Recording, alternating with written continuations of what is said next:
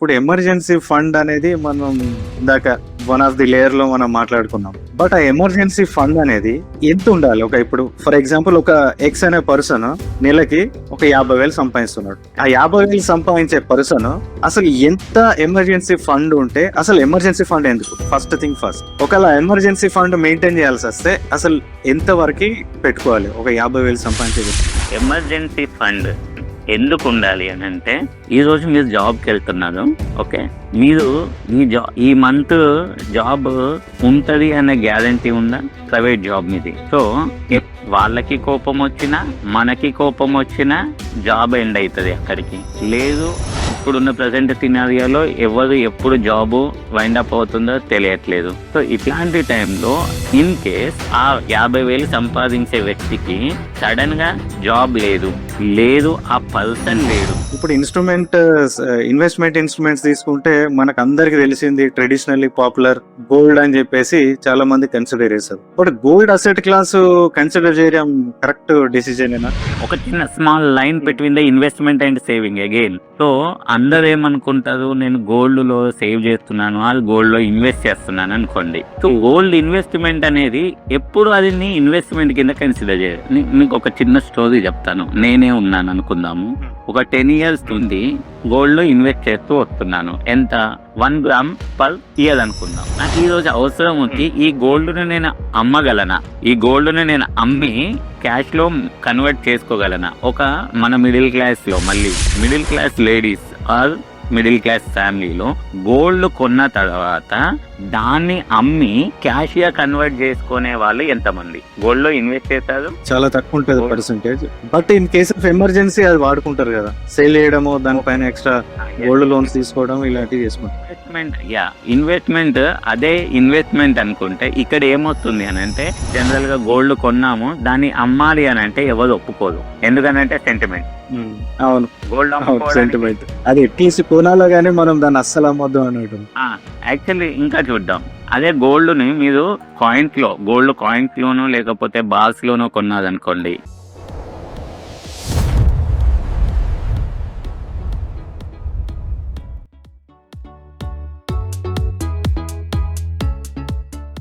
Hi Kranti, how are you? Hi Vijay, I am good. ఎలా ఉన్నావు? మస్తు ఎక్దమ్ ఫస్ట్ క్లాస్ అని అనుకుంటున్నా. తెలియదు అనుకుంటున్నావు. నీతో మాట్లాడిన తర్వాత నాకు కూడా ఒక క్లారిటీ వస్తుంది వేరే అనేది. ఓకే, అందరు ఇలానే మాట్లాడు. అయితే క్రాంతి, అడిగినా కూడా ఇది రియలైజేషన్ చాలా మంది రియలైజ్ అయ్యారు, అవుతా ఉన్నారు. సో అది ఒక 10 years బ్యాక్ ఇంత దాన్ని ఏమంటారు, ఫైనాన్షియల్ మేనేజ్మెంట్ నాలెడ్జ్ లేకుంటుండే. మేబీ ల్యాక్ ఆఫ్ దాన్ని ఏమంటారు, అవేర్నెస్ సరిగ్గా లేక, ఈ సోషల్ మీడియా పుణ్యమా అని చెప్పేసి కొంచెం మంచి ఎక్స్పర్ట్స్, మీలాంటి ఎక్స్పర్ట్స్ వచ్చి మాట్లాడడం ద్వారా చాలా మంది ఎడ్యుకేట్ అవుతా ఉన్నారు. అఫ్ కోర్స్ స్లోలీ ఈ రెవల్యూషన్ అయితే స్టార్ట్ అయింది. గుడ్, ఇది ఒక మంచి పరిణామమే అని నేను అనుకుంటున్నాను. ఇదే ఒకప్పుడు అన్నారు కదా, ఇది వర్డ్ కూడా, ఒక లైన్ కూడా ఉంది కదా, మానవ సంబంధాలు అన్ని ఆర్థిక సంబంధాలే. అవును, అంటే అది ఆ ఫైనాన్స్ అనేది సరిగ్గా మన లైన్ లో సరిగ్గా ఉంటే మిగిలిన అన్ని మనల్ని మంచిగా దాని సెట్ చేసి. అవును. సో క్రాంతి, నేను అడగాలనుకున్నది ఏంటంటే, క్రాంతి, ఇంతకుముందు వన్ ఆఫ్ ది టాపిక్స్ లో మీరు మాట్లాడినప్పుడు ఎక్కడో ఈ ఫైనాన్షియల్ ప్లానింగ్ ట్రయాంగిల్ గురించి విన్నా. అసలు అదేంటి? సింపుల్ అనాలజీలా మామూలుగా మన కామన్ పీపుల్ కి అర్థమయ్యేలాగా అసలు దాని గురించి ఒకసారి ఎక్స్ప్లెయిన్ చేస్తారా? ఫైనాన్షియల్ ప్లానింగ్ ట్రయాంగిల్ అంటే ఏంటి, ఎందుకు వాడతాం? యాక్చువల్లీ మనం ఇల్లు కట్టేటప్పుడు ఏం చేస్తాం? ఫస్ట్ చేయాల్సింది ఏంటంటే ల్యాండ్ ప్రిపరేషన్, తర్వాత బేస్మెంట్ కడతాం కదా. బేస్మెంట్ కట్టిన తర్వాతనే ఇల్లు కన్స్ట్రక్షన్ అనేది స్టార్ట్ చేస్తాము. ఒకవేళ బేస్మెంట్ లేకుండా ఇల్లు కడితే ఏమవుతుంది? పర్టికులర్గా కొలాప్స్ అవుతుంది, అది బలంగా ఉండదు, ఆ ఇల్లు అనేది బలంగా ఉండదు, ఏ రోజైనా కూలిపోయే ఛాన్స్ ఉంటుంది. దానికోసమే ఎవరైనా మనం చిన్నప్పటి నుండి చూస్తున్నాం, ఒక ఇల్లు కట్టాలి అని అంటే ఒక బలమైన పునాది కావాలి. ఆ బలమైన పునాది పైన మాత్రమే ఇల్లు కట్టడం అనేది సహజం. అలాగే ఆర్థిక భద్రత కోసం మనం ఫైనాన్షియల్ గా స్ట్రాంగ్ గా ఉండాలి అని అంటే దానికి కూడా ఏ రకంగా మనం ప్లాన్ చేయాలి అనే దానికోసం ఒక ట్రయాంగిల్ అనేది ఫైనాన్షియల్ ప్లానింగ్ ట్రయాంగిల్ అంటాము.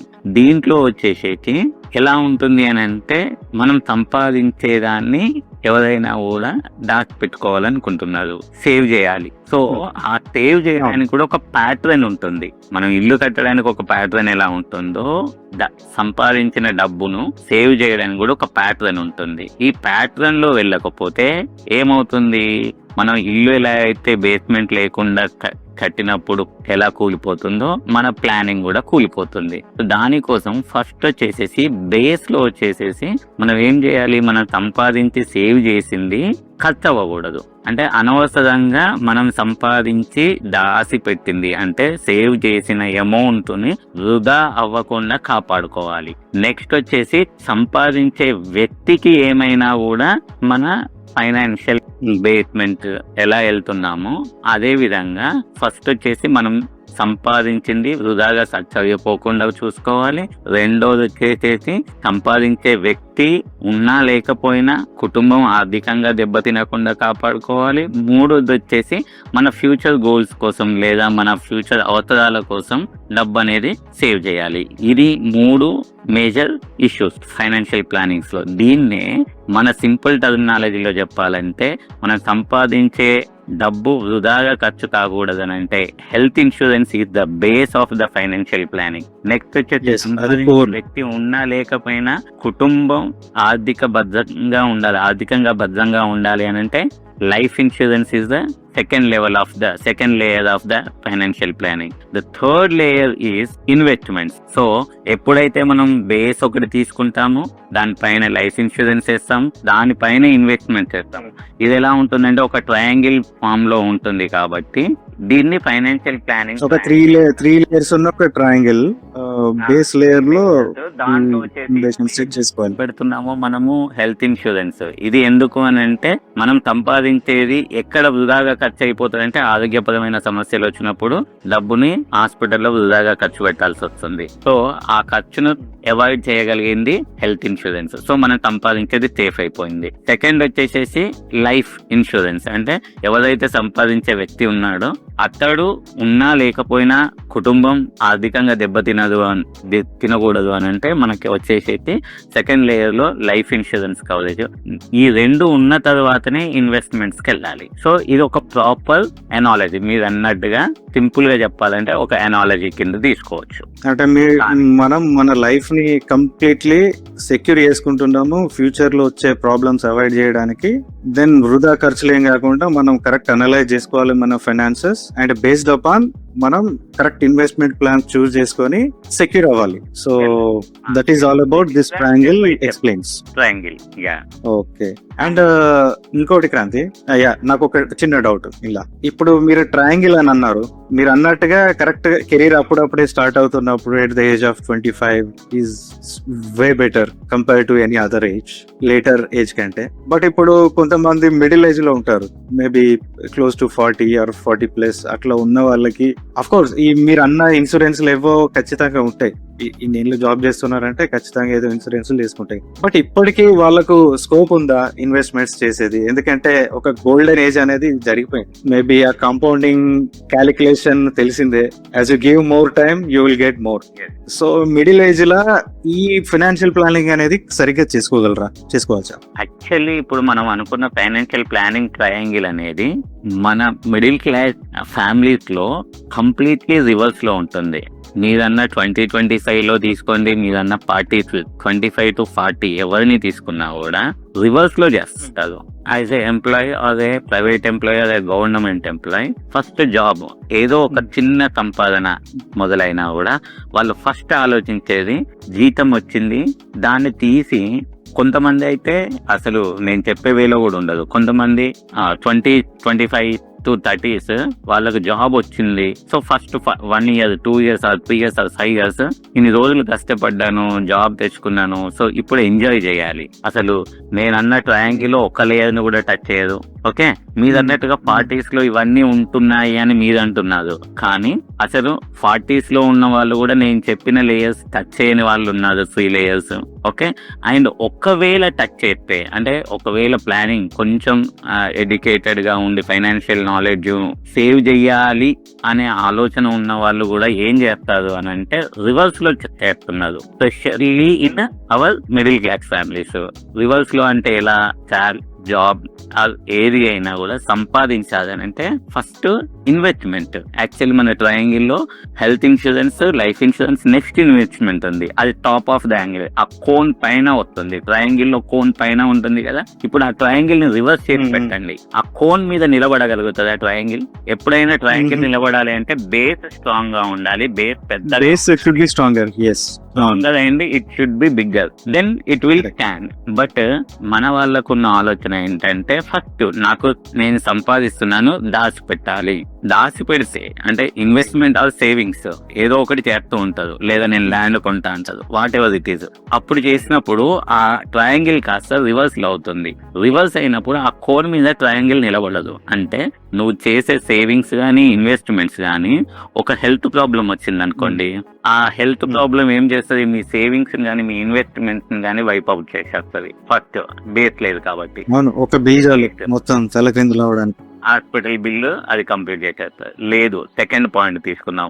ఇన్ కేసు సంపాదించే వ్యక్తి ఉన్నన్ని రోజులు సేవ్ అది ఇన్వెస్ట్మెంట్ చేస్తున్నారు, ఇన్ కేసు సంపాదించే వ్యక్తే లేడు అనుకున్నప్పుడు year investments will be stopped, savings will be stopped, right? అప్పుడు కుటుంబానికి సరైన ఆర్థిక భద్రత ఉండదు. సో ఇది రివర్స్ లో వెళ్తుంది. మాక్సిమం పీపుల్ సంపాదించడం, సేవ్ చేయడం, ఇన్వెస్ట్మెంట్. కానీ యాక్చువల్లీ సేవ్ చేయడం, ఇన్వెస్ట్మెంట్కి వెళ్లే ముందు చేయాల్సిన పని సెక్యూర్ చేసుకోవడం. ప్రొటెక్షన్ లేకుండా మన ఫ్యామిలీకి, మనకి ప్రొటెక్షన్ లేకుండా savings and investments are useless. As per the financial language లో చెప్పాలి అని అంటే those who don't have the sufficient health and life insurance don't have right to invest or save. అంటే వాళ్ళకు సేవ్ చేయడం కానీ ఇన్వెస్ట్ చేసే అర్హత ఉండదు అని, కానీ ఉంది అనుకొని అదే చేస్తున్నారు. ఇది మెయిన్ ప్రాబ్లం. ఇంకొకటి, ఇప్పుడు క్రాంతి రీసెంట్ గా ఒక మూవీ వచ్చింది, కాకపోతే అది మాస్ లెవెల్ లా చాలా మందికి కనెక్ట్ అయ్యేలాగా రాధికాయి కొన్ని సీన్స్ ఉంటాయి సినిమా మొత్తం.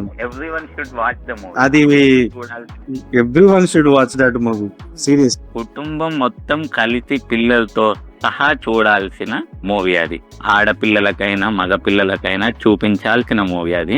ఆడపిల్లలైతే ఖచ్చితంగా చూడాల్సిన మూవీ అది. అది ఇది ఉన్న ఫైనాన్షియల్ అది మేనేజ్మెంట్దే, కాకపోతే మాస్ లెవెల్లో ఎలా కనెక్ట్ చేసి ఎలా కన్వే చేస్తే ఆ స్టోరీలో జనాలకు కన్వే అవుతుందో చాలా మెచ్యూర్డ్ గా డీల్ చేశారు అసలు.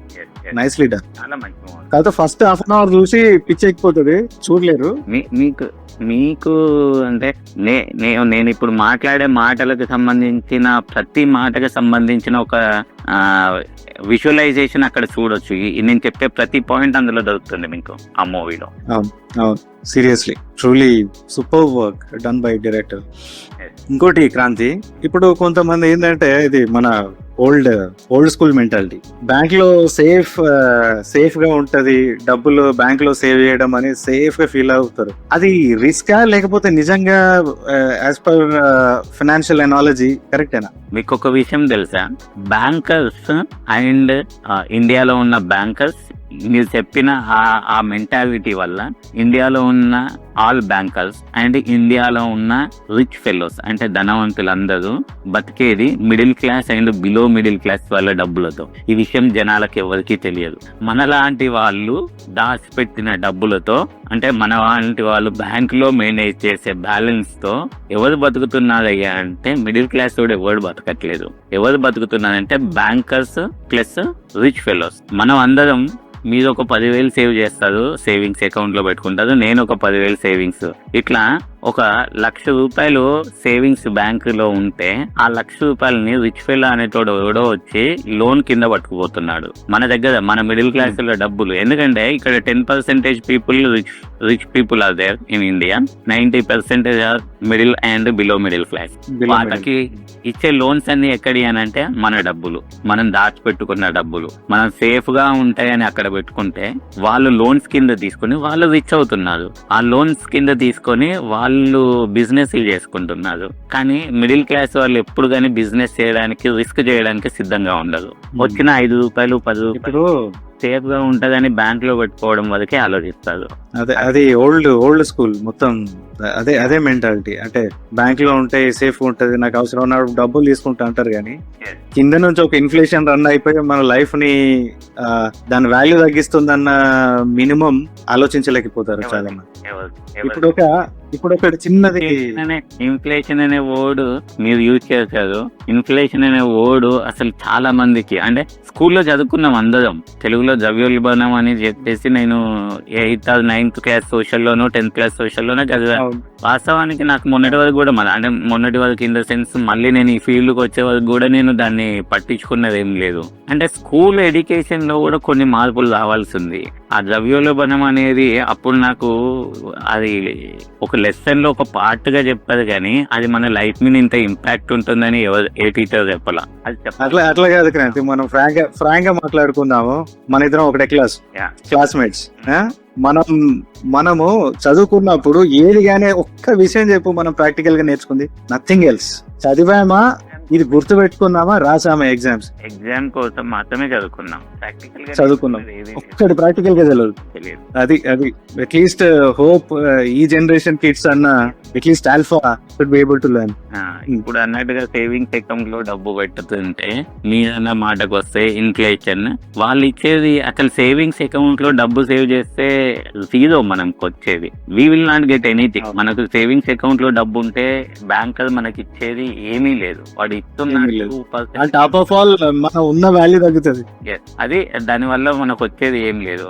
సో సేవింగ్స్ అకౌంట్ లో అమౌంట్ మెయింటైన్ చేయడం అనేది ఫులిష్ థింగ్. మనము ఒక రియలిస్టిక్ ఒకటి మాట అనుకుందాం క్రాంతి. ఇప్పుడు ఒక 10,000 సేవింగ్స్ వర్సెస్ 10,000 ఇన్వెస్ట్మెంట్ 20 సంవత్సరాల తర్వాత కట్ చేస్తే ఈ 10,000 ఎవరైతే సేవింగ్ చేశారో దానికి ఆ అమౌంట్ కి 20 సంవత్సరాల తర్వాత ఎంత అవుతుంది? పర్సన్ బి వచ్చి ఆ 10,000 ఏదైతే ఉందో దాన్ని ఇన్వెస్ట్మెంట్ చేశాడు, 20 ఏళ్ల తర్వాత వీళ్ళిద్దరికి డిఫరెన్స్ ఎంత? సేవింగ్స్ అకౌంట్ లో అదే చెప్పాను కదా, మీరు సేవింగ్ అంటే ఓన్లీ సేవింగ్ అకౌంట్ లో పెడతా అంటున్నారు 10,000 అంతేనా?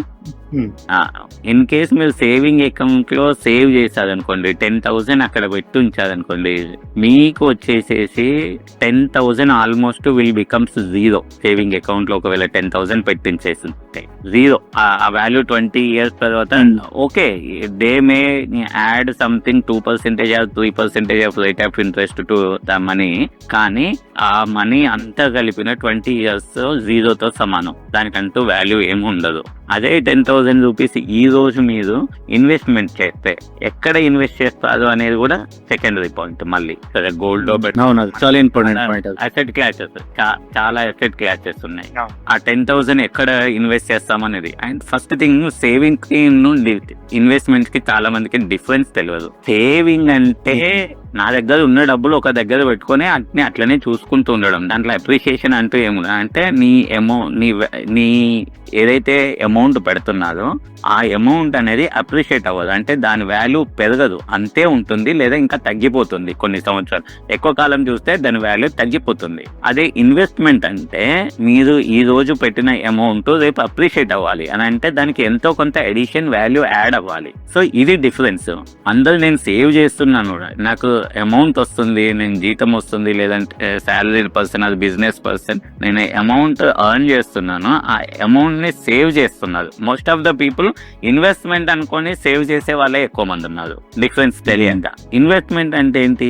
ఇప్పుడు మనం ఇందాక మాట్లాడినట్టుగా ద్రవ్యోల్బణాన్ని బీట్ చేస్తూ నీకు రిటర్న్ ఇచ్చేయగలిగితే దాన్ని ఇన్వెస్ట్మెంట్ అనాలి. ఈ రోజు ఇన్ఫ్లేషన్ వచ్చేసి ఇండియాలో రెగ్యులర్ ఇన్ఫ్లేషన్ వచ్చేసేసి 7 to 8% ఉంది. అంటే మీరు అన్నట్టుగా ఒక 10,000 రూపాయలు తీసుకుంటే నెక్స్ట్ ఇయర్ కల్లా ఆ 10,000లో 700 రూపాయలు తగ్గిపోయినట్టుగా. దాని purchasing capacity, power of purchasing capacity అంటాము. అంటే ఈ రోజు ఒక 10,000కు వచ్చే వస్తువు రేపు అంటే నెక్స్ట్ ఇయర్ కల్లా మీరు 11,000 మినిమం 11,000 అరౌండ్ 11,000 పెడితే కానీ ఆ వస్తువు రాదు. సో మీరు ఎక్కడ పెట్టాలి ఆ 10,000? 11,000 కన్నా ఎక్కువ, అంటే ఒక 1,000 రూపాయల కన్నా ఎక్కువ వచ్చే కాడ పెడితే మీరు ఇన్వెస్ట్ చేసినట్టుగా. అదే 10,000ని మీరు 10,000 కాస్త 10,200 10,300 వచ్చాయి. ఇప్పుడు బ్యాంక్ లో సేవింగ్ అకౌంట్ లో పెడితే 200-300 ఇస్తాడు సేవింగ్ అకౌంట్ లో. FD is different again. FD కూడా అంతే, FD of course ఎఫ్డి 500 ఇస్తాడు. ఓకే, hardly 7%, 7-8% ఉంది రేంజ్. లేదు 5 to 6%. ఎఫ్డి వచ్చేసి 5 సిటిజన్ పీపుల్ కి, సీనియర్ సిటిజన్ కి 7 to 8. సీనియర్ సిటిజన్ కి 7-8%. 7-8%. సో సీనియర్ సిటిజన్ కి కూడా మనం ఇన్ఫ్లేషన్ బీట్ చేయం, అక్కడికక్కడ అవుతుంది అంతే. కష్టం. ఇన్ఫ్లేషన్ అనేది ఆల్మోస్ట్ 12% పైన ఉన్నది. సో నీకంటూ నీకు మిగిలేదు ఏమి ఉండదు. అవసరమైతే నువ్వు మైనస్ లో ఉన్నట్టే ఇంకా సేవింగ్ అకౌంట్ లో. So this is the difference. Saving కి ఉన్న ఇన్వెస్ట్మెంట్ కి డిఫరెన్స్ ఏంటంటే మేజర్ గా మనం ఇన్ఫ్లేషన్ కన్నా ఎక్కువ ప్రాఫిట్ తీసుకున్నప్పుడు మాత్రమే నువ్వు పెట్టిన అమౌంట్ ని ఇన్వెస్ట్ చేసినట్టుగా. లేదు నీకు అంత అమౌంట్ రావట్లేదు ఇన్ఫ్లేషన్ బీట్ చేసేది అని అంటే నువ్వు జస్ట్ సేవ్ చేసినావు, నీ వాల్యూ తగ్గిపోయింది, నీ అమౌంట్ వాల్యూ కూడా తగ్గిపోయింది అన్నమాట. ఇది major difference.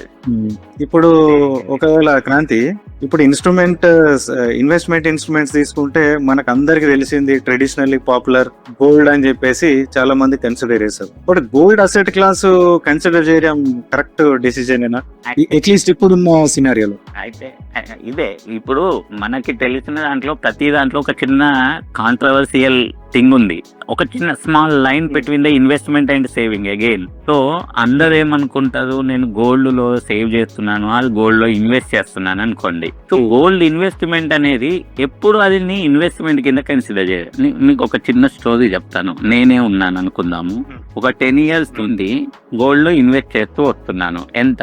1 gram per year అనుకుందాం. 1 gram or 1 gram per year అట్లా చేస్తూ కొంటూ వస్తున్నా. ప్రతి సంవత్సరం నాకు ఒక గ్రామ్ కొనే అలవాటు ఉంది. అట్లా 10 సంవత్సరాలు లేదా 20 సంవత్సరాలలో నేను ఒక 20 grams ఆఫ్ గోల్డ్ అక్యుములేట్ చేశాను. సో రేట్ యావరేజ్ అయింది అనుకోండి, లేదంటే నా దగ్గర ఒక 20 grams ఆఫ్ గోల్డ్ అక్యుములేట్ అయింది. ఇప్పుడు ఈ గోల్డ్ లో నేను ఇన్వెస్ట్ చేశాను. యాక్చువల్ మీరు చెప్పినట్టుగా అయితే నేను ఇన్వెస్ట్ చేశాను కదా. నాకు ఈ రోజు అవసరం ఉంది, ఈ గోల్డ్ ను నేను అమ్మగలనా, ఈ గోల్డ్ ను నేను అమ్మి క్యాష్ లో కన్వర్ట్ చేసుకోగలనా? ఒక మన మిడిల్ క్లాస్ లో మళ్ళీ వస్తే, middle class ladies or middle class ఫ్యామిలీలో గోల్డ్ కొన్న తర్వాత దాన్ని అమ్మి క్యాష్ గా కన్వర్ట్ చేసుకునే వాళ్ళు ఎంతమంది? గోల్డ్ లో ఇన్వెస్ట్ చేస్తారు చాలా తక్కువ ఉంటుంది percentage. But in case of emergency అది వాడుకుంటారు కదా, సేల్ చేయడము, దానిపైన ఎక్స్ట్రా గోల్డ్ లోన్స్ తీసుకోవడం ఇలాంటివి చేసుకుంటారు.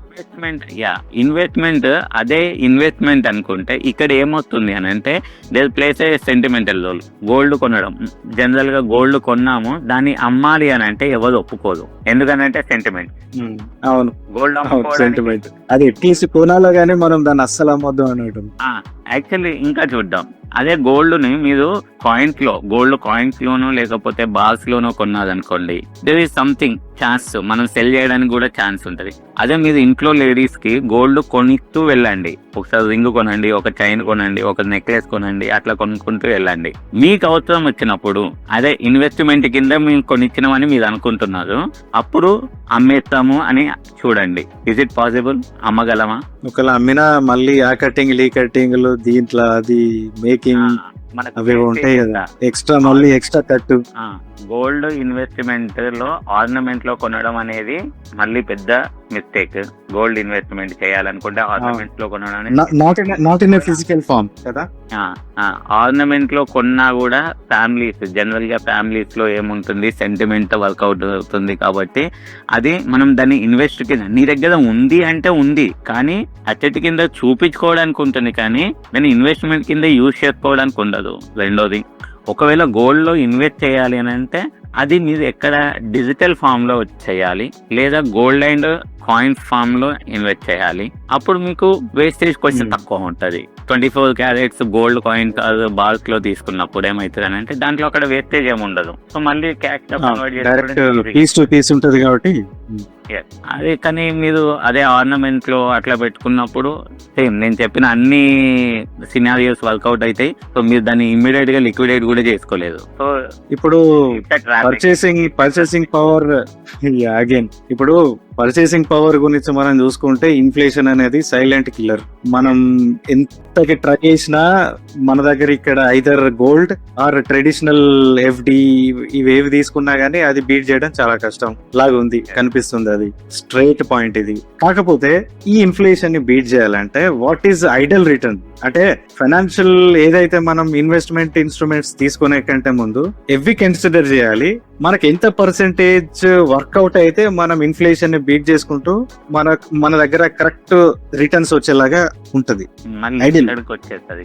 ఇక్కడ వచ్చేసరికి ఇన్ఫ్లేషన్ బీట్ చేయాలి అని అంటే మన దగ్గర ఏంటంటే ఇప్పుడు మీరందరూ రియల్ ఎస్టేట్ భూమిలో ఉన్నప్పుడు అందరూ ల్యాండ్స్ ఫ్లాట్స్ తీసుకుంటున్నారు. సో మనం కూడా అదే దారిలో వెళ్దాము. నా దగ్గర 20 లక్షలు ఉంటే ఒక ఫ్లాట్, ఒక గుంట జాగ వస్తుంది, 2 గుంటలు జాగ వస్తుంది, పోయి పెట్టేద్దాం. ఓకే, లేదు గోల్డ్ హై అవుతుంది, సో గోల్డ్ లో ఇన్వెస్ట్ చేసేద్దాం. లేదు ఇంకోటి. ఎప్పుడు కానీ ఇన్వెస్ట్మెంట్ అనేది డైవర్సిఫికేషన్ చేసుకోవాలి అని అంటే మనం రిస్క్ మేనేజ్మెంట్, ఇదే రిస్క్ మేనేజ్మెంట్. మీరు అన్నట్టుగా ఇన్ఫ్లేషన్ బీట్ చేయాలి అని అంటే ఒకటే అసెట్ క్లాస్ లో పెట్టేసారు, గోల్డ్ లో పెట్టారు.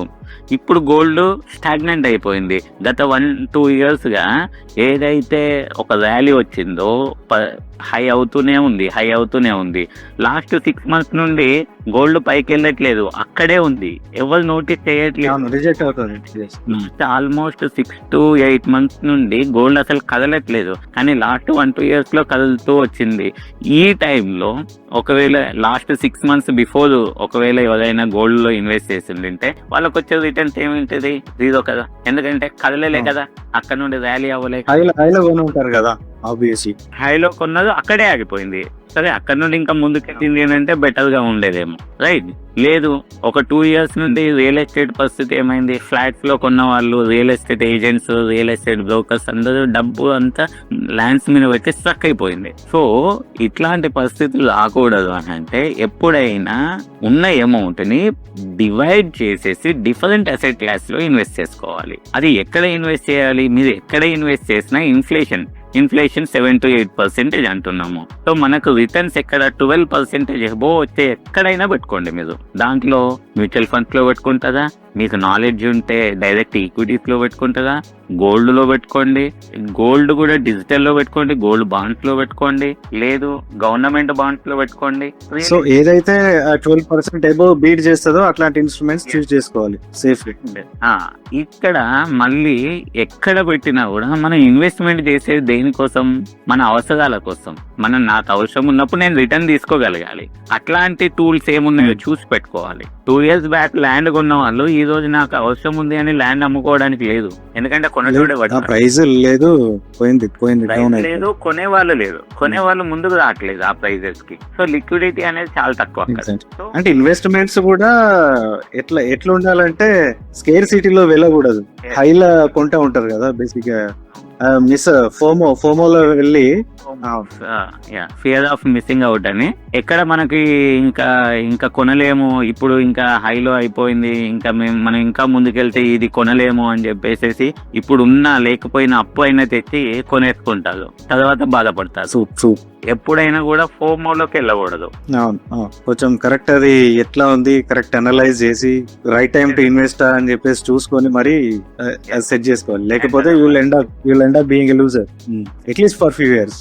సో ఇప్పుడు ఇంకొకటి క్రాంతి, ఇప్పుడు ఎమర్జెన్సీ ఫండ్ అనేది మనం ఇందాక వన్ ఆఫ్ ది లేయర్ లో మనం మాట్లాడుకున్నాం. బట్ ఆ ఎమర్జెన్సీ ఫండ్ అనేది ఎంత ఉండాలి? ఇప్పుడు ఫర్ ఎగ్జాంపుల్ ఒక ఎక్స్ అనే పర్సన్ నెలకి ఒక 50,000 సంపాదిస్తున్నాడు. ఆ 50,000 సంపాదించే పర్సన్ అసలు ఎంత ఎమర్జెన్సీ ఫండ్ ఉంటే, అసలు ఎమర్జెన్సీ ఫండ్ ఎందుకు? ఫస్ట్ థింగ్ ఫస్ట్, ఒకవేళ ఎమర్జెన్సీ ఫండ్ మెయింటైన్ చేయాల్సి వస్తే అసలు ఎంత వరకు పెట్టుకోవాలి ఒక 50,000 సంపాదించే వ్యక్తి? ఎమర్జెన్సీ ఫండ్ ఎందుకు ఉండాలి అని అంటే, ఈ రోజు మీరు జాబ్కి వెళ్తున్నారు, ఓకే, మీరు ఈ మంత్ జాబ్ ఉంటది అనే గ్యారంటీ ఉందా? ప్రైవేట్ జాబ్ మీది. సో వాళ్ళకి కోపం వచ్చినా మనకి కోపం వచ్చినా జాబ్ ఎండ్ అవుతుంది అక్కడికి.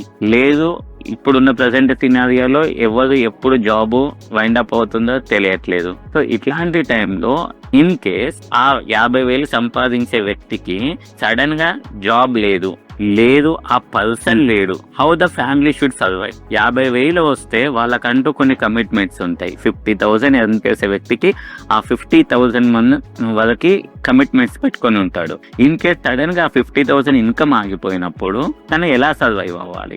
దీన్ని బీట్ చేయాలంటే ఎమర్జెన్సీ ఫండ్ అనేది కంపల్సరీ క్రియేట్ చేసుకోవాలి. ఈ ఎమర్జెన్సీ ఫండ్ ఎంత ఉండాలి అంటే, ఇంతకు ముందు అంటే ఒక బిఫోర్ కోవిడ్ చూసుకుంటే ఎమర్జెన్సీ ఫండ్ అనేది మీ మంత్లీ శాలరీకి 6 times పెట్టుకోమని చెప్పేవాళ్ళం. Minimum 6 months.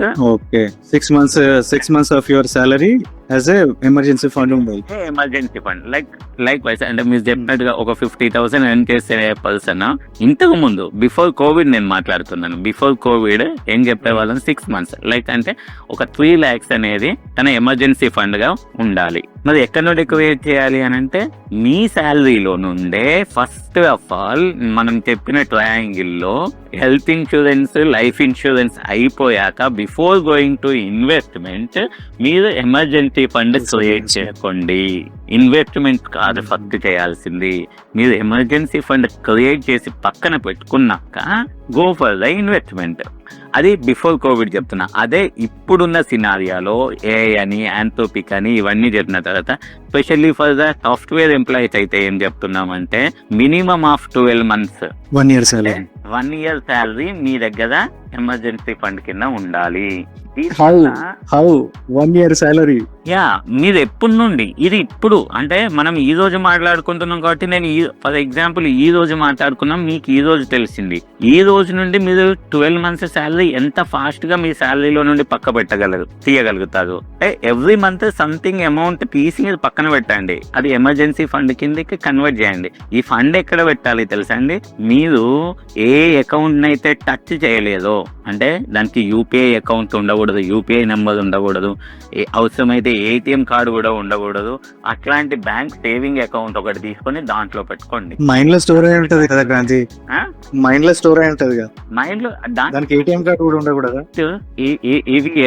ఇవి అట్లీస్ట్ మీ మైండ్ లో స్టోరేజ్ అయ్యి ఉంటది కాబట్టి అట్లీస్ట్ ఈ ఇన్స్ట్రుమెంట్స్ లేవనుకోండి, యూపీఐ కానీ ఏటీఎం లాంటివి లేనప్పుడు నువ్వు కంట్రోల్ అవుతుంది. బ్యాంక్ టైమింగ్స్ మీకు పర్మిట్ చేయకపోవచ్చు విత్డ్రా చేయడం కోసము. సో మీరు రాగానే మీ శాలరీలో నుండి ఎవ్రీ మంత్ అనుకోండి, ఈ మంత్ నాకు 50,000 ఉన్న పర్సన్ అన్నారు కదా, సో ఒక 10,000 తీసి పక్కన పెట్టాలి. 10,000 ఇలా తీసి, అందుకే కొన్ని సంవత్సరాలు చేస్తే ఎమర్జెన్సీ ఫండ్ అనేది క్రియేట్ యాక్చువల్లీ మీరు బిగినింగ్ లో అడిగినట్టుగా ఒక 25 years old అబ్బాయి ఆ అమ్మాయికి జాబ్ వచ్చిన వెంటనే చేయాల్సిన పని ఏంటంటే they must start creating their emergency fund.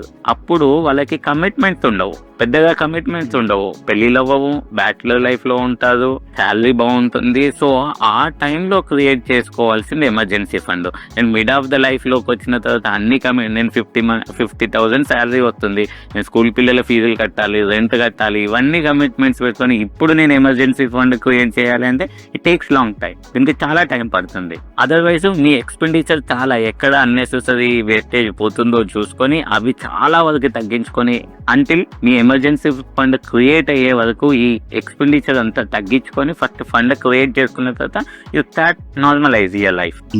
Emergency fund అనేది ఇలా క్రియేట్ చేసుకోవాలి. ఎమర్జెన్సీ ఫండ్ అనేది కంపల్సరీ. ఒకవేళ ఎమర్జెన్సీ ఫండ్ లేనప్పుడు ఏమవుతుంది, what is the consequences? Most of the software people facing the same issue. వాళ్ళకి ఏదో ఒక చిన్న ప్రాబ్లమ్స్ వస్తాయి, ఏం చేస్తారు, క్రెడిట్ కార్డ్స్ ఉంటాయి, వాడేస్తారు. ఎందుకంటే వాళ్ళ దగ్గర ఫండ్ లేదు. సో దట్ ఇన్స్టంటేనియస్ గా క్రెడిట్ దొరకాలి. క్రెడిట్ ఎక్కడ దొరుకుతుంది? క్రెడిట్ కార్డ్ లో దొరుకుతుంది. సో క్రెడిట్ కార్డ్స్ యూజ్ చేయడం, దెన్ క్రెడిట్ కార్డ్స్ మళ్ళీ యూజ్ చేయడం, ఆ క్రెడిట్ కార్డు పే చేయడానికి మళ్ళీ అదే క్రెడిట్ కార్డు యూజ్ చేయడం, సో ఎక్స్ట్రా చార్జెస్ పే చేయడం, ఇక సైకిల్ అది కంటిన్యూ అవుతూనే ఉంటది. ఇందులో నుంచి అందులోకి, అందులో నుంచి అందులోకి. సో అక్కడ ప్రాబ్లం అవుతుంది. లేదు, lending money from the others, అంటే వేరే వాళ్ళ దగ్గర అప్పులు తీసుకోవడం. ఇది ఈ అప్పుల దగ్గరికి ఎందుకు రావాల్సి వచ్చింది అని అంటే, నా దగ్గర ఎమర్జెన్సీ ఫండ్ నాకంటూ నా మనీ అంటూ లేదు, కానీ నాకు అవసరం పడింది. సో ఖచ్చితంగా అవసరాన్ని ఆపలేం, వేరే దగ్గర నుండి డబ్బు తెచ్చుకోవాల్సి వస్తుంది. సో అప్పు అనేది స్టార్ట్ అవుతుంది అక్కడ, because of lack of plan. అప్పు అనేది స్టార్ట్ అవుతే ఇక డాన్స్ కూడా స్టార్ట్ అయిపోతుంది. ఎవ్రీ మంత్ ఫస్ట్ వచ్చిందంటే డాన్స్ మామూలుగా ఉండే బ్రేక్ డాన్స్ ఉంటుంది. ఒకసారి అప్పు చేస్తాము అని అంటే ఆ అప్పు ఇంకా పెరుగుతూనే ఉంటుంది తప్ప తగ్గదు. అప్పు తగ్గాలి అని అంటే మళ్ళీ చాలా కష్టపడాలి. తగ్గడానికి కూడా ఛాన్స్ ఉంది, కానీ చాలా చాలా కష్టపడాలి. అదేదో అప్పుడు కష్టపడే బదులు అప్పు చేయకముందే కష్టపడడం వల్ల చాలా ప్రశాంతంగా జీవితాన్ని గడపచ్చు. True true. ఇప్పుడు ఒకవేళ మళ్ళీ సేమ్ క్వశ్చనే, ఎమర్జెన్సీ ఫండ్ అనుకోకుండా జాబ్ పోయింది, వాడేశారు, మళ్ళీ మధ్యలో జాబ్ వచ్చింది అనుకుందాం, కాకపోతే ఎమర్జెన్సీ ఫండ్ ఓవర్, మళ్ళీ దాని మీద వాడాలా, మళ్ళీ రీఫిల్ చేయడానికి అసలు స్ట్రాటజీ? నువ్వు ఎంత వాడావో అంత ఫండ్ మళ్ళీ క్రియేట్ చేసుకోవాల్సిందే. దానికోసం నువ్వు సాక్రిఫైస్ చేయాల్సిందే. ఏది సాక్రిఫైస్ చేయాలి, ఏది అవసరం, ఏది అనవసరం. అవసరాలు ఉంటాయి, అనవసరాలు కూడా ఉంటాయి మన డైలీ లైఫ్ లో. దాన్ని నువ్వు ఎప్పుడైతే క్లాసిఫై చేసుకోగలుగుతావో అప్పుడు మాత్రమే నువ్వు ఎమర్జెన్సీ ఫండ్ ని ఈజీగా క్రియేట్ చేయగలుగుతావు. నీడ్ అండ్ వాంట్ అనే ఎమర్జెన్సీ ఫండ్ ఎమర్జెన్సీలోనే వాడాలి. అందుకే దానికంటే ఏం ఉండొద్దు అని చెప్పినాను కదా. నీడ్ అండ్ వాంట్ అనే వాడొద్దు. నీడ్ అండ్ వాంట్ అనే కాన్సెప్ట్ తెలుసా నీకు? నీడ్ అండ్ వాంట్ తెలుసు. మన మంత్లీ ఎక్స్పెండిచర్ లో ఎంత మనం నీట్ మీద ఎక్స్పెండ్ చేస్తున్నాం, ఖర్చు పెడుతున్నాం, నేను ఎంత, అది నీడ్స్ అనేది కంపల్సరీ థింగ్, అది ఎంత ఖర్చు పెడుతున్నాం. ఇది ఎక్స్ట్రా కోరికలు అన్నట్టుగా. ఒకవేళ ఎమర్జెన్సీ ఫండ్ ఎప్పుడైనా వాడాల్సి వచ్చింది అన్నప్పుడు మనం ఇమ్మీడియట్ గా నీడ్స్ ని అవాయిడ్ చేయలేము, సో వాంట్స్ ని అవాయిడ్ చేయొచ్చు. సో అప్పటి వరకు మీ వాంట్స్ ని కొంచెం పాస్ చేసి then you create your fund and then you go for the wants. Exactly. Once your fund is secure, then go for other things. Go for the wants. తీర్చుకోండి, మీ అన్ని తీర్చుకోండి, but at least make your base strong. Yes. Otherwise you will collapse. Same. ఇంకోటి క్రాంతి, ఇప్పుడు అదే ఒక hospital bill వస్తే చాలు మిడిల్ క్లాస్ మొత్తం ఫైనాన్షియల్ ప్లానింగ్ అంతా వేరే అయిపోతుంది. సో అది పక్కన పెడితే, హాస్పిటల్ పక్కన పెడితే, ఇంకోటి ఈ స్కూల్ కాలేజ్ ఫీ ఇన్ఫ్లేషన్ అనేది ప్రతి సంవత్సరం ఆన్ అండ్ యావరేజ్ 15 to 20% పెరుగుతుంది. Specially in India. I don't know about abroad. అంటే మీ పిల్లలు ఇంకా అబ్రాడ్ లో ఏమైనా చదివిద్దాం అనుకుంటే it's a different case all together. In India it is 15 to 20% every year. మరి దీనికి ఎట్లా ప్రిపేర్ అవ్వడం ఎట్లా? ఇప్పుడు గ్రోయింగ్ కిడ్స్ ఉన్నారు, ఇప్పుడు మనకి ఈ ఫీజులు కట్టడానికే చుక్కలు కనిపిస్తున్నాయి. గోయింగ్ ఫార్వర్డ్ ఎట్లా మేనేజ్ చేయొచ్చు? కాలేజ్ ఫీజులు అయితే ఇంకా చెప్పాల్సిన అవసరం లేదు. అట్లాంటి వాళ్ళు ఇప్పుడు మనం ఉన్న సినారియోలో మన ఏజ్ ని కన్సిడర్ చేసినప్పుడు దీనికి ఎట్లా ప్రిపేర్ అవ్వాలి? ఫ్యూచర్ ఎడ్యుకేషన్ గురించి, పిల్లల ఎడ్యుకేషన్ అయినా ఏదైనా ప్రిపరేషన్. ఇప్పుడు అదే సేమ్ మనం ఏంటంటే ఇన్వెస్ట్మెంట్ అని అన్నాం కదా. మీరు ఇన్వెస్ట్మెంట్ దేనికోసం చేస్తున్నారు? ఫస్ట్ థింగ్ మీరన్న నీడ్స్ కోసం ఇన్వెస్ట్మెంట్ చేస్తున్నారా? లైక్ వైజ్ మీరు అన్నట్టుగా ఇప్పుడు స్కూల్ ఫీజులు కట్టుకుంటున్నాము.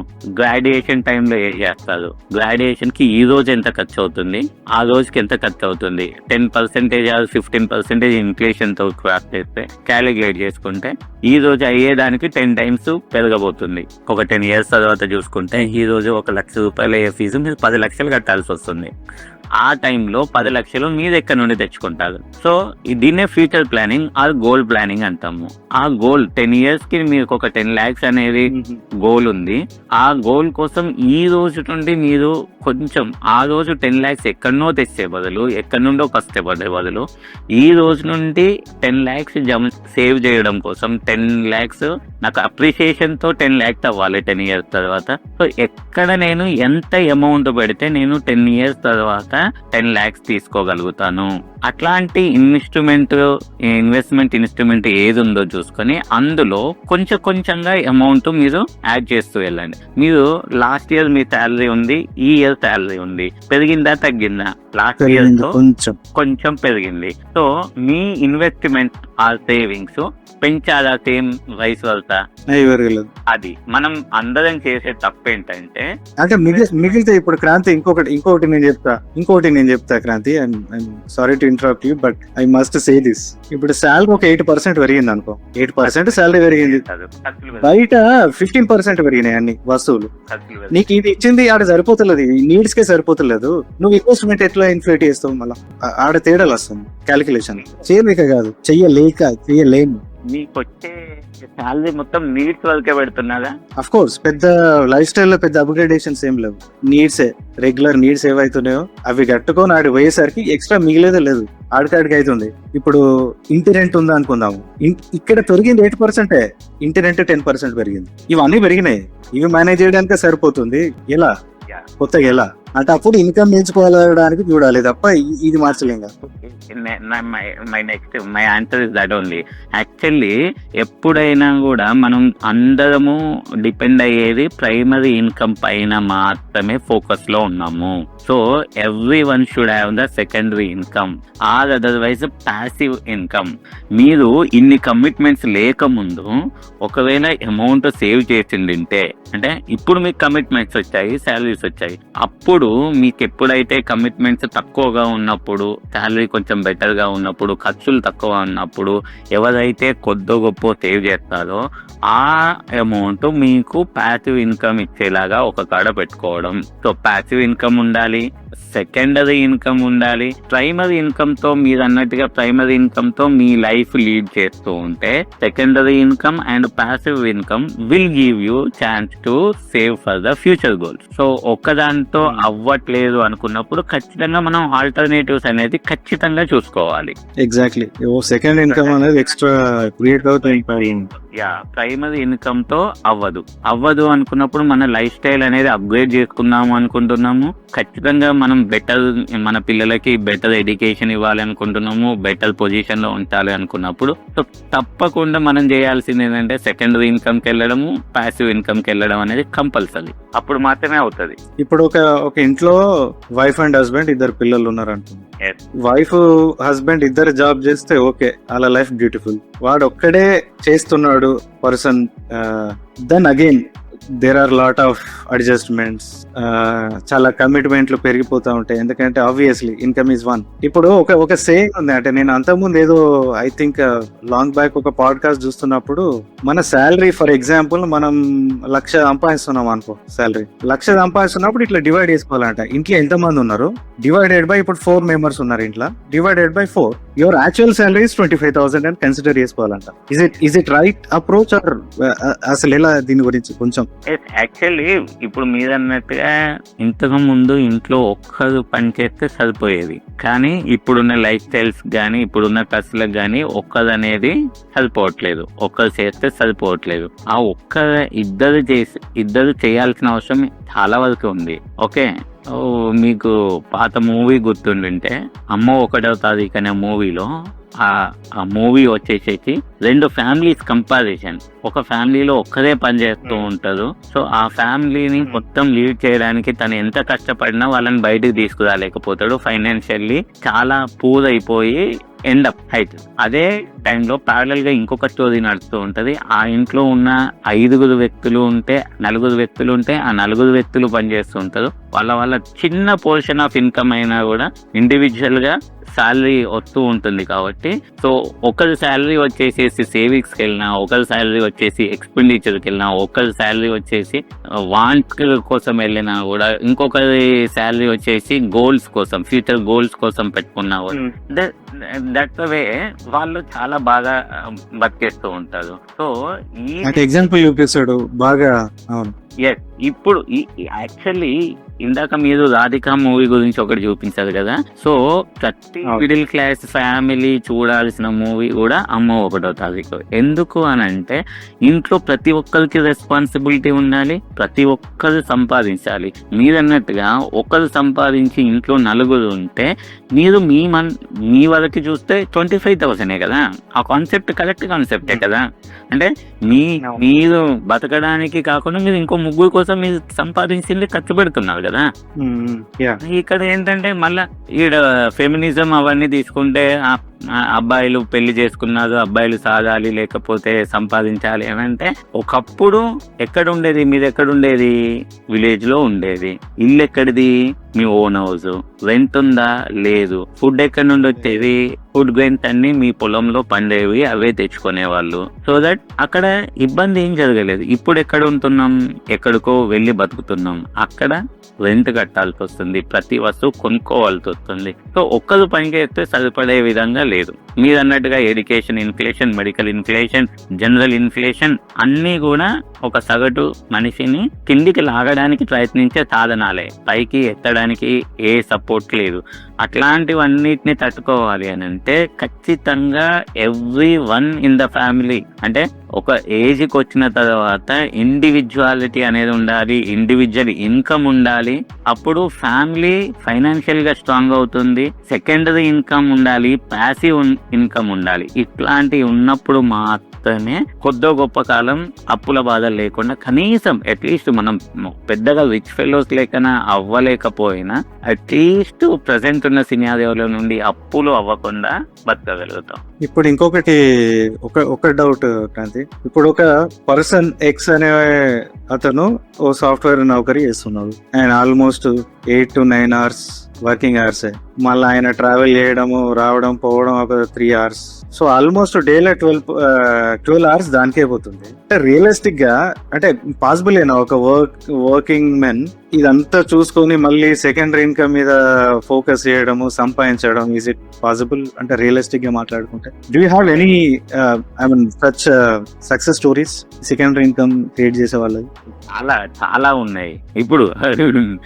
ఇప్పుడు స్టార్ట్ చాలా మంది ఇప్పుడు మన సోషల్ మీడియా వచ్చిన తర్వాత మెనీ పీపుల్ ఆర్ డూయింగ్ అంటే దాన్ని అది ప్రైమరీది చేసుకుంటూ బిజినెస్ చేస్తూ మళ్ళీ సెకండరీ ఇన్కమ్ కింద సోషల్ మీడియా అనుకోండి, లేకపోతే ఇంకోటి అనుకోండి, సైడ్ ఇన్కమ్. ఒక్కొక్కరు రెండు బిజినెస్లు చేసేవాళ్ళు, 2 జాబులు చేసేవాళ్ళు. కోవిడ్ టైంలో మీరు అన్నట్టుగా సాఫ్ట్వేర్ ప్రొఫెషనల్స్ తీసుకుంటే కోవిడ్ టైంలో వర్క్ ఫ్రమ్ హోమ్ ఇచ్చినప్పుడు 2 కంపెనీలలో జాబులు చేసిన వాళ్ళు కూడా ఉన్నారు. 2 ఇన్కమ్. బట్ అది ఇల్లీగల్ కదా క్రాంతి, అది ఇల్లీగల్ కదా, దొరికితే ఉన్న జాబ్ పోతుంది. అంటే జరిగినాయి, ఇట్లాంటివి జరిగినాయి. ఏంటంటే కింద లేకపోతే ఇప్పుడు డే టైమ్ లో కాకుండా ఈవినింగ్స్ లో ఎక్కడో అక్కడ 1 hour లేదంటే బ్యాక్ ఎండ్ సపోర్ట్ కింద పనిచేసే వాళ్ళు చాలా మంది ఉన్నారు. నేను ఒక అంటే నాకు తెలిసిన ఒక పర్సన్ స్టోరీ చెప్తాను. So one of the person financially okay, మంచి జాబ్ ఉండే, మంచి లైఫ్ లీడ్ చేస్తున్న టైంలో మనం అనుకున్న ఇప్పటిదాకా డిస్కస్ చేసిన ఏదో ఒక కారణాలు, అందులో కొన్ని కారణాలు అనుకుందాం, ఫైనాన్షియల్ గా చాలా దెబ్బతిన్న తర్వాత అప్పులో ఊబిలో నుండి బయటికి రావాలి. ఎప్పుడైతే అప్పులో ఊబిలోకి వెళ్ళామో మనం దానికోసం ఇందాక మీరన్నట్టుగా మనం చేసే జాబ్ కాకుండా ప్రైమరీ సెకండరీ ఇన్కమ్ తో పాటు ఫ్యామిలీ మెంబర్స్ కూడా వర్క్ చేయాల్సి ఉంటుంది. మన వాంట్స్ అన్ని కట్ చేసుకోవాల్సి ఉంటుంది. నీడ్స్ ని కూడా కొంచెం చాలా చూసి జాగ్రత్తగా పెట్టుకోవాల్సి ఉంటుంది. అట్లాంటి కండిషన్ లో నుండి ఆ పర్సన్ వచ్చేసేసి ఆల్మోస్ట్ డేలో 12 hours 13 hours వర్క్ చేసి కంప్లీట్ గా మళ్ళీ ప్లస్ లోకి వచ్చిన పర్సన్ ని కూడా నేను చూశాను. సాఫ్ట్వేర్ జాబ్ చేస్తూ అక్కడ 8 hours చేస్తూ. ఎందుకనంటే అంటే ఆ పర్సన్ ఎక్కడి వరకు వెళ్ళాడంటే ఆల్మోస్ట్ ఇంకా సూసైడ్ తప్ప ఇంకా ఇంకొక ఆప్షన్ లేదు అనే కండిషన్ కి వెళ్ళి మళ్ళీ రియలైజ్ అయ్యి ఈ ఆల్మోస్ట్ ఈ ఫైట్ విత్ లైఫ్ అండ్ ఈ కేమ్ బ్యాక్. ఇప్పుడు మళ్ళీ నార్మల్, అంటే ఆ కండిషన్ లో నుండి బయటకు వచ్చాక నార్మలైజ్ అయిపోయాడు, మళ్ళీ నార్మల్ గా జాబ్ మాత్రం చేసుకుంటున్నాడు. సో ఫైనాన్షియల్లీ స్టేబుల్ అయ్యాడు. గ్రేట్. ఇప్పుడు ఇన్వెస్టింగ్ ఇన్ సెల్ఫ్ స్కిల్స్ అనేది స్కిల్స్ అప్గ్రేడ్ చేసుకోవడం మీద అంటే స్పెండ్ చేయడం అనేది ఫైనాన్షియల్ ఇన్వెస్ట్మెంట్ అవుతుందా? ఇందాక మీరు అన్నది కదా ఎట్లా చేయగలుగుతాము, తను ఈ జాబ్ చేస్తూ సెకండరీ ఇన్కమ్ ఎలా క్రియేట్ చేసుకోవాలి అని అంటే, అది ఏ ప్రొఫెషన్ లో అయినా కూడా సెకండరీ ఇన్కమ్ క్రియేట్ చేసుకోవడానికి ఛాన్సెస్ ఉంటాయి. దానికి కావాల్సింది స్కిల్స్.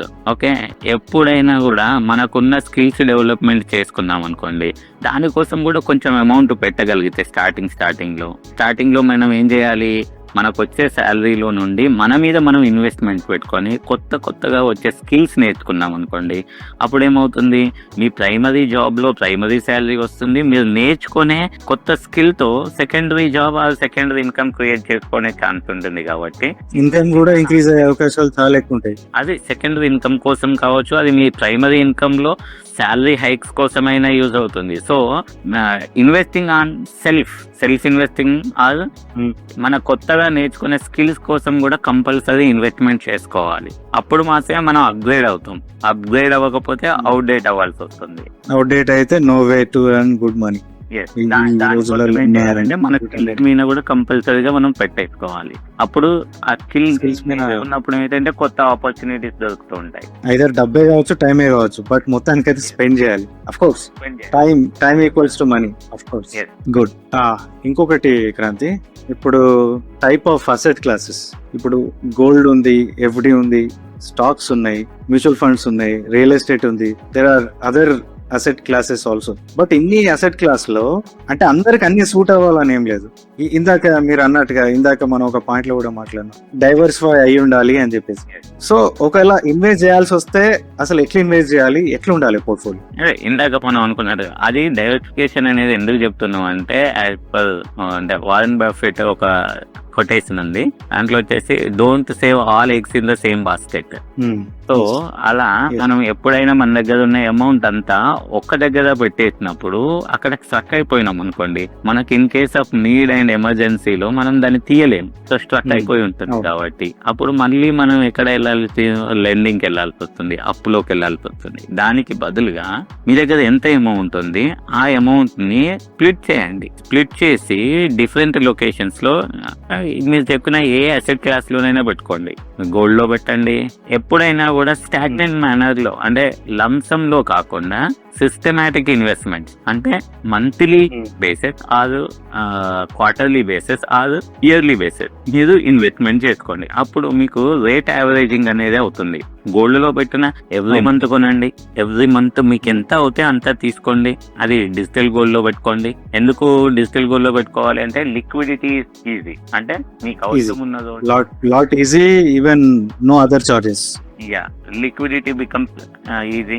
అదే మీరు ఫ్లాట్ లో పెట్టాలి, రియల్ ఎస్టేట్ లో పెట్టేది అనుకోండి, ఎంత అమౌంట్ పెట్టాలి? గోల్డ్ లో 1000 rupees, you can start with 1000 rupees in gold. 1000 rupees కూడా గోల్డ్ లో పెట్టొచ్చు. 1000 రూపీస్ తో మీకు ల్యాండ్ ఇస్తారా? ఇవ్వరు. ల్యాండ్ మొత్తం పెద్దది కొనాలి కదా. అవును. మీరు మరి ల్యాండ్ తీసుకున్నారు, లిక్విడిటీ అవుతుందా? మీరు కావాలి, అవసరం వచ్చినప్పుడు దాన్ని ల్యాండ్ ఒకేసారిగా అమ్మగాల్సి వస్తుంది. అమ్మాల్సినప్పుడు వెళ్తుందా? మీరు అనుకున్నప్పుడు అమ్ముడు పోతుందా? పోదు. సరే, మీకు కొంచెం అమౌంట్ అవసరం ఉంది, ఒక 20 లక్షల ల్యాండ్ ఉంది, నాకు ఒక 5 లక్షలే అవసరం, 15 లక్షలు అవసరం లేదు, అయినా కూడా మీరు ల్యాండ్ మొత్తం అమ్మాల్సి వస్తుంది. సో అదొక ప్రాబ్లం వస్తుంది. సో మీరు చెప్పినట్టుగా మ్యూచువల్ ఫండ్స్ అండ్ ఈక్విటీస్ లో కూడా మీకు లిక్విడిటీ ఈజీ ఉంటుంది. కన్వీనియంట్ ఆప్షన్స్, అంటే లైక్ మీరు 1000 రూపీస్ 2000 రూపీస్ ఎంతైనా పెట్టొచ్చు. మళ్ళీ ఎప్పుడైనా విత్డ్రా చేసుకునే ఆప్షన్ ఉంటుంది. కాకపోతే ఏంటంటే ఇవన్నీ ప్రతి ఇన్స్ట్రుమెంట్ ఒక రిస్క్ ఉంటుంది. ఎప్పుడు షార్ట్ టర్మ్ లో రిస్క్ ఉంటుంది. మీరు ఎప్పుడైతే లాంగ్ టర్మ్ లో వెళ్ళినప్పుడు, అంటే నేను ఫ్యూచర్ గోల్స్, అంటే ఇందాక మీరు ఎడ్యుకేషన్ కోసం అన్నారు, చిల్డ్రన్ మ్యారేజెస్ కోసం అన్నారు, అట్లాంటి గోల్స్, లేదా మీరు రిటైర్మెంట్ కోసం ప్లాన్ చేసుకోండి. పెన్షన్, మనం ప్రైవేట్ ఎంప్లాయీస్, పెన్షన్స్ అయితే లేవు కదా మనకి. సో మీకు పెన్షన్, మీరు ఒక ఏజ్కి వచ్చిన తర్వాత మీకు రిటర్న్స్ పెన్షన్ లాగా వచ్చేలాగా SWP plans, systematic withdrawal plans లో పట్టుకోవచ్చు. ఇలా సేవ్ చేసుకున్నప్పుడు ఏమవుతుందంటే లాంగ్ రన్ లో మినిమం 10 సంవత్సరాల నుండి 15-20 సంవత్సరాలు దాకా పెట్టినప్పుడు ఆ కాంపౌండింగ్ అనేది వర్కౌట్ అవుతుంది. అప్పుడు మీకు మంచి రిటర్న్స్ వచ్చే ఛాన్సెస్ ఉంటాయి. మనం ఇన్ఫ్లేషన్ ని కూడా ఈజీగా బీట్ చేయొచ్చు. ఈ gold and silver and mutual funds and equities లో ఎప్పుడైతే మనం 10 to 15 years కంటిన్యూస్ గా లాంగ్ టర్మ్ ఇన్వెస్ట్మెంట్స్ పెడతామో మన ఇన్ఫ్లేషన్ ని బీట్ చేసే రిటర్న్స్ ఈజీగా తీసుకోవచ్చు. ఇప్పుడు ప్రతి ఏజ్ కి, అంటే ఏజ్ ప్రకారం మళ్ళీ అలోకేషన్ కూడా చేంజెస్ ఉంటాయి. అలోకేషన్ కూడా చేంజ్ అవుతుంది. ఎందుకంటే మనం రిస్క్ ఎక్కువ ఉంటుంది. రిస్క్ అపెటైట్ ఎంగేజ్ లో ఉన్నప్పుడు లాంగ్ టర్మ్ ఛాన్సెస్ ఉంటుంది. కాబట్టి మనం ఏం చేస్తాము అంటే కొంచెం ఎక్కువ రిస్క్ ఉన్న ఫండ్స్ అయినా చూస్ చేసుకోవడానికి, ఎక్కువ రిస్క్ ఉన్న ఇన్వెస్ట్మెంట్ కేటగిరీ చూస్ చేసుకోవడానికి ఉంటుంది. అదే రిటైర్మెంట్ దగ్గరలో ఉన్నారు, రిటైర్మెంట్ లో ఉన్నారు, అప్పుడు వాళ్ళకి రిస్క్ ఎక్కువ పెట్టలేం, డ్యూరేషన్ కూడా తక్కువ తీసుకుంటాం. కాబట్టి కొంచెం బెటర్ గా రిస్క్ తక్కువ ఉన్న దాంట్లో risk is equal to reward. మీరు ఎంత హై రిస్క్ తీసుకుంటే రివార్డ్ కూడా అదే రేంజ్ లో ఉంటుంది. So less risk less return. ఇప్పుడు ఒక బిగినర్ కి ఒక్క అసెట్ క్లాస్ తో స్టార్ట్ చేయాలంటే, ఇప్పుడే చూసారు, అయ్యే పని అయింది అనుకుందాం, ఒక బిగినర్ అనుకుందాం, అతను స్టార్ట్ చేయాలంటే ఆ పర్సన్ ఏ అసెట్ క్లాస్ తో స్టార్ట్ చేయాలి అండ్ వై? ఇన్వెస్ట్మెంట్ లో బిగినరా లేదంటే సాలరీడ్ బిగినింగ్? Solid beginning. ఇప్పుడు ఫర్ ఎగ్జాంపుల్ రీసెంట్ గా జాబ్ వచ్చింది, గ్రాడ్యుయేటెడ్ వచ్చాడు, ఎంటర్ అయ్యాడు, ఏజ్ 25 ఉంది, ఇక్కడ స్టార్ట్ చేయాలి. చెప్తున్నాను కదా, ఒకవేళ ఆయనకి readily and health and life risk coverage ఉంది అని అనుకుంటే నేను మళ్ళీ స్టార్ట్ చేసేది అట్లాంటి పర్సన్ కి first health first, then life risk coverage, then emergency fund, then come for the investment అంటాను. Investment directly I suggest him for the go for the mutual fund. Mutual fund for long term goal. 25 years అంటే ఆయన దగ్గర ఇంకో 25 years time ఉంది, so he can get nice amount. For example just rough calculation, చిన్న calculation, ఒక person ఇప్పుడే start చేశాడు career, మీరు అన్నట్టుగా ట్రయాంగిల్ ఏదో ఇవన్నీ ఎమర్జెన్సీ ఫండ్ వరకు వచ్చి ఇన్వెస్ట్మెంట్ స్టార్ట్ చేద్దాం అనుకుంటున్నాడు. At the age of 28 started investing. ఒక 20 years కి గోల్ పెట్టుకున్నాడు అన్నట్టుగా మ్యూచువల్ ఫండ్. అది రఫ్ గా ఆన్ అండ్ యావరేజ్ రిటర్న్ ఎంత ఉంటుంది మ్యూచువల్ ఫండ్? 12% అవుతుంది. పర్సెంటేజ్ లో చూసుకుంటే మినిమం మనం వచ్చేసి 12%. అదే సిఏజిఆర్ ఎంత ఉంటుంది రఫ్? 12% మినిమం. ఇంత వరస్ట్ సినారియోస్ లో కూడా లాస్ట్ 20 years 30 years చూస్తే మినిమం వచ్చేసి 15 అబోనే. అంటే ఎంత వరస్ట్ సినారియోలో చూసినా కూడా 15% అబోవ్ రిటర్న్స్ ఇస్తాయి. కానీ మ్యూచువల్ ఫండ్ క్యాలిక్యులేషన్ మనం 12% తో క్యాలిక్యులేషన్ చూపిస్తాము mostly, but they will get more than 12%. ఇప్పుడు ఇంకొకటి క్రాంతి, లాంగ్ టైమ్ లో ఇప్పుడు ఫర్ ఎగ్జాంపుల్ నా గోల్ ఒక 1 crore నా రిటైర్మెంట్ టైం ఒక 50 years అనుకుందాం. అంటే 25 years కి స్టార్ట్ చేసిన, అంటే 50 years లో రిటైర్మెంట్ తీసుకుందాం అనుకుంటున్నా. నా దగ్గర ఎంత అమౌంట్ ఉంటే నేను ఇన్ఫ్లేషన్ ని బీట్ చేసి కరెక్ట్ ప్రాపర్ రిటైర్మెంట్ తీసుకోగలను, మంచిగా సెట్ అవ్వగలను? ఎంత అమౌంట్ అంటే ఒక్కొక్క ఐడియల్ అమౌంట్ ఉంటుంది. యాక్చువల్లీ దాన్ని కూడా ఎలా క్యాలిక్యులేట్ చేస్తామంటే, ఈ రోజు మీ ఎక్స్పెండిచర్ ఎంత అవుతుంది, మంత్లీ ఎక్స్పెండిచర్ ఎంత అవుతుందో చూసి 20 years తర్వాత ఇన్ఫ్లేషన్ తో క్యాలిక్యులేట్ చేస్తే ఆ రోజు మంత్లీ ఎక్స్పెండిచర్ ఎంత అవుతుందో చూసుకొని అప్పుడు మనం ఆ అమౌంట్ రీచ్ అవ్వాలి అని అంటే ఈ రోజు ఎంత ఇన్వెస్ట్మెంట్ చేయాలనేది క్యాలిక్యులేట్ చేస్తాం. రిటైర్మెంట్ ప్లాన్స్ క్యాలిక్యులేషన్స్ అది డిఫరెంట్, అది కూడా చేసి చూపించవచ్చు. ఎగ్జాక్ట్ దానికంటూ మనం టైం ఇస్తే ఎట్లా ఉంటుంది అని అంటే, మీ ఎక్స్పెండిచర్ మీ పర్సనల్ డీటెయిల్స్ తీసుకున్న తర్వాత క్యాలిక్యులేట్ చేసి చెప్తాం. అంటే మంత్లీ ఎంత, ఇప్పుడు ప్రజెంట్ మంత్లీ ఎక్స్పెండిచర్ ఎంత ఉంది, ఇన్ఫ్లేషన్ తో 20 years తర్వాత ఎంత ఉంటుంది, ఇప్పుడు ఎంత సేవ్ చేస్తే అప్పుడు మీరు ఆ ఇన్ఫ్లేషన్ బీట్ చేసే అమౌంట్ మీ దగ్గర ఉంటుంది అనేది మేము చెప్పగలుగుతాం. ఓకే సో అది కంప్లీట్లీ పర్సనలైజ్డ్ థింగ్. ఒక్కొక్కరికి ఒక్కొక్క గోల్ ఉంటుంది, దాని ప్రకారము మీరు ఎంత ఇన్వెస్ట్ చేయలేదు అనేది ఒక క్యాలిక్యులేషన్స్ ఉంటాయి. ఓకే, ప్రాపర్ ఫైనాన్షియల్ ప్లానింగ్ చేసుకోవాలి. థ్యాంక్ యూ క్రాంతి, అడగగానే నా పాడ్కాస్ట్ కి టైం ఇచ్చారు. So thank you so much. Me expertise ఖచ్చితంగా మా ఆడియన్స్ కి చాలా హెల్ప్ఫుల్ అవుతుంది. సో ఫర్ ఫైనాన్షియల్ ప్లానింగ్ ఇప్పుడు ఎవరికైనా ఏదైనా అవసరం ఉంటే I'll put your number in the description so that people will reach you in case ఏమైనా డౌట్లు ఉన్నా అడగొచ్చు కదా డైరెక్ట్ గా మిమ్మల్ని. ఆబ్వియస్లీ. యాక్చువల్లీ మనం మీరు అయినా ఈ వీడియో చూస్తున్న ఆడియన్స్ వ్యూవర్స్ అందరికి నా పర్సనల్ రిక్వెస్ట్ ఏంటంటే, పిల్లలకి స్కూల్ ఎడ్యుకేషన్ ఎలా ఇప్పిస్తున్నదో ఫైనాన్షియల్ ఎడ్యుకేషన్ కూడా చెప్పండి, నేర్పించండి. ఇప్పుడు నుండే ఇప్పటి వరకు మనం చేసిన తప్పులన్నీ సరిదిద్దుకోవాల్సిన సమయం వచ్చింది ఇప్పుడు. సో డెఫినెట్లీ నాకు ఎవరు కాల్ చేసినా కూడా ఖచ్చితంగా వాళ్ళకి కావాల్సిన విషయాలు చెప్పి వాళ్ళకున్న డౌట్స్ క్లారిఫై చేయగలుగుతాను. మీకు కావాల్సిన ప్లానింగ్స్ ఏదైనా కూడా పర్సనలైజ్డ్ గా చేస్తాం కాబట్టి obviously feel free to call me. Thank you so much Kranti for your time. ఇవి ఫ్రెండ్స్, ఈ రోజు మీరు చాలా విన్నారు, కానీ వినడం మాత్రం సరిపోదు. ఒక్క స్టెప్ తీసుకోండి ఈ రోజే. మీ ఎమర్జెన్సీ ఫండ్ స్టార్ట్ చేయండి, మీ ఇన్సూరెన్స్ చెక్ చేసుకోండి, మీ కమిట్మెంట్స్ రివ్యూ చేసుకోండి.